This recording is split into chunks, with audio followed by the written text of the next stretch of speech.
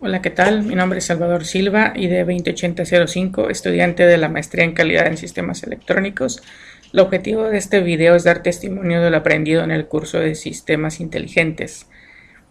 Eh, Todo comenzó en el año de 1965 con el ingeniero Lofty Sade, que propuso lo que en ese tiempo dio a conocer como lógica difusa, que también se le conoce como lógica borrosa o lógica heurística, y que viene del inglés de fuzzy logic, y se basa en lo relativo al observado como posición diferencial. Eh, es decir, toma valores aleatorios pero contextualizados y referidos entre sí. Por ejemplo, una persona que mida 2 metros es claramente que es una persona alta, a diferencia de una persona que mide 1 metro es claramente baja. Pero aquí el problema que surge con los sistemas clásicos es qué pasa cuando se define con aquella persona que mide 1,99 m, por ejemplo. Bueno, también es claramente que es alta, pero digamos, si empezamos por definir aquí en México que en promedio una persona que mide 1,80 m es alta y una persona que mide menos de 1,80 m es baja. ¿Qué pasa con una persona que mide 1,79 m con 9,9? En este caso, los sistemas difusos nos dicen que esa persona es 1% baja y 99% alta, lo cual suena un poco más razonable y lo podemos pasar a cuantificar. Eh, es decir, la lógica difusa se adapta más al mundo real en que vivimos, incluso puede comprender y funcionar con nuestras expresiones del tipo hace mucho calor, el ritmo del corazón está un poco acelerado o no es muy alto. Todos estos términos se pueden aplicar a nuestra vida diaria y un aspecto muy importante es que todo esto surge de la necesidad de crear inteligencia artificial. Y es decir, pasar de un plano del lenguaje humano al lenguaje de las máquinas. La clave de esta adaptación al lenguaje se basa en comprender los cuantificadores de nuestro lenguaje, mucho, muy o muy poco. Para ello se definen funciones de pertenencia o membresía. Las más conocidas son la trapezoidal, existe la triangular, la gaussiana, y consiste en asignar valores de fx en el eje x a un atributo f, digamos. Es decir, si tenemos una gráfica trapezoidal y estamos definiendo en el eje de las y 1 como frío, cuando empezamos a disminuir por el hombro derecho de la función trapezoidal, conforme disminuimos en la gráfica, la temperatura va de frío a caliente. Y en el eje de las X, digamos que usamos valores en grados centígrados. Lo mismo con la edad. ¿Qué pasa? Una persona que va si tenemos un universo de personas que va de 0 a 100 años y queremos clasificarlos, no podemos definir conjuntos, o es decir, la lógica clásica lo que hace es definir conjuntos de cierta edad a cierta edad. Es alguien joven, pero la lógica difusa nos va a ayudar aquí porque vamos a decir, por ejemplo, una persona que tiene 30 años la podemos considerar joven, digamos 50% joven y 50% adulta, solo por dar un dato. Depende del consenso al que se llegue para crear un sistema difuso. Ahora, la función de pertenencia trapezoidal en particular, la que usamos para programar en MATLAB, es una de las más usadas y se adapta mucho al diseño pedido como valores de entrada, presión, temperatura y variable de salida,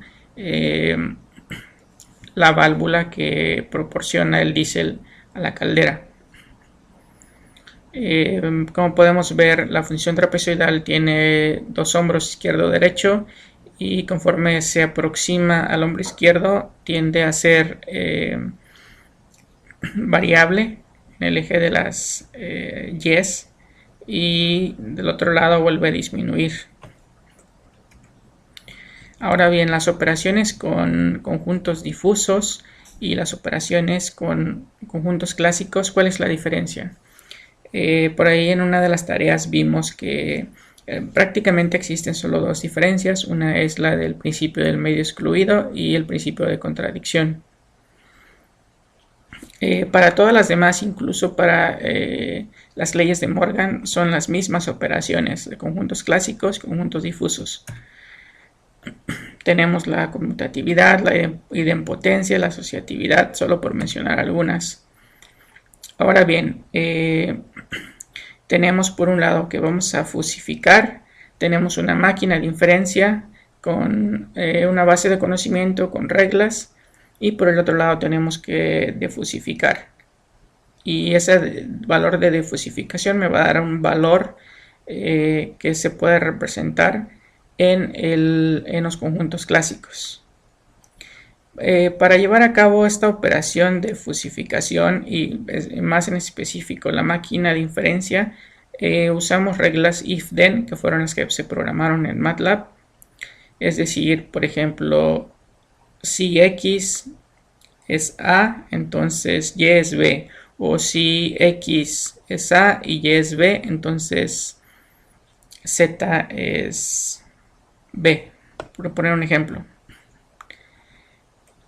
Es decir, por ejemplo, la parte si A es llamada el antecedente o premisa, mientras la parte entonces es B, entonces esa es la consecuencia o conclusión.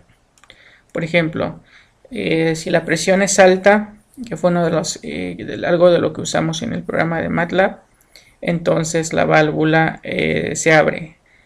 Si, por poner otro ejemplo, si la carretera está mojada, entonces manejar es peligroso.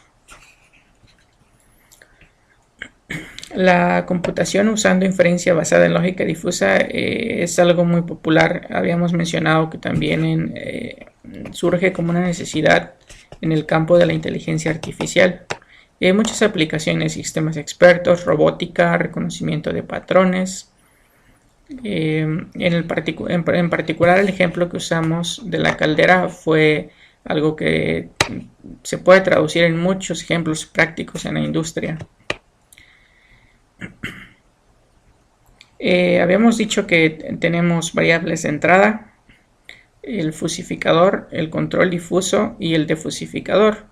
Todos esos procesos yo tomo valores que son difusos del lenguaje humano y van a pasar a una salida, a un valor clásico. Más en específico, la interfaz de fusificación convierte la entrada nítida a un valor difuso. Tenemos la máquina de inferencia o mecanismo de inferencia que comprende base de reglas. Las bases de reglas contienen el conjunto de acciones a realizar en función del estado. Habíamos dicho if, then.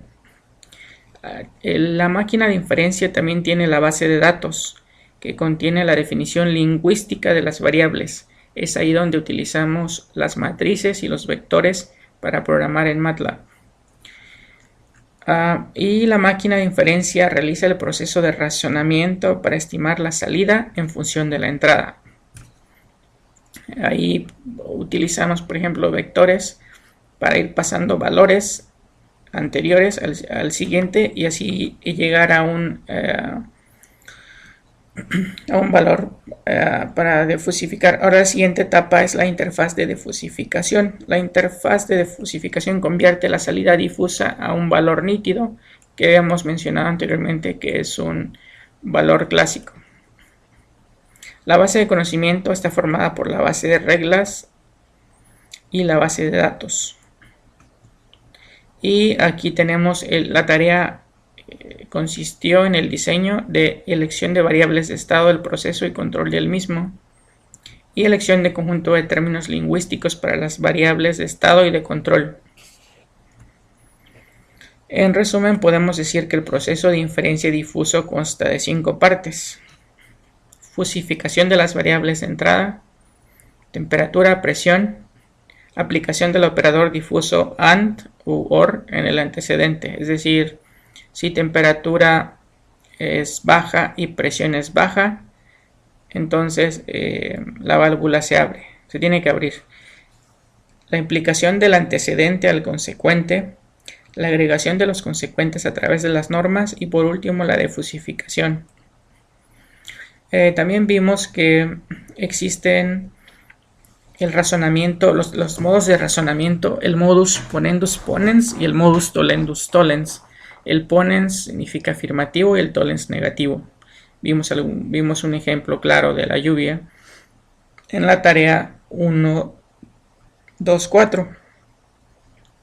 Ahora bien, las aplicaciones que se le pueden dar a la materia y a lo aprendido en el curso, por ejemplo, yo que trabajo con pruebas de telecomunicaciones y con automatizar más que nada a través del software, pruebas a teléfonos celulares, se me ocurre que puedo hacer un pequeño programita o trabajar en cómo llevar a cabo la automatización.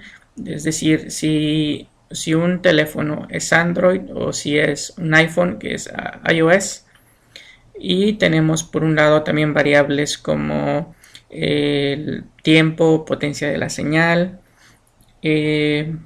otras variables como por ejemplo si es WCDMA, si es LTE, GSM. Todas ellas se me ocurre que son variables de entrada que yo les puedo asignar valores, como dije anteriormente, de potencia, tiempo, etcétera, y de acuerdo a ello ejecutar ciertas pruebas. Creo que el curso fue muy importante. En lo particular, yo no estudié ingeniería electrónica y no había tenido oportunidad de conocer lógica difusa. Creo que el curso se me hizo un poquito difícil porque, para ser honesto, no soy muy bueno programando. Pero en cuanto a la cuestión teórica, y bueno, tuve que aprender mucho de MATLAB y en sí a programar unas pequeñas funciones. Incluso no recordaba cómo invocar funciones en MATLAB y ahora lo he aprendido. Creo que es todo. Muchas gracias.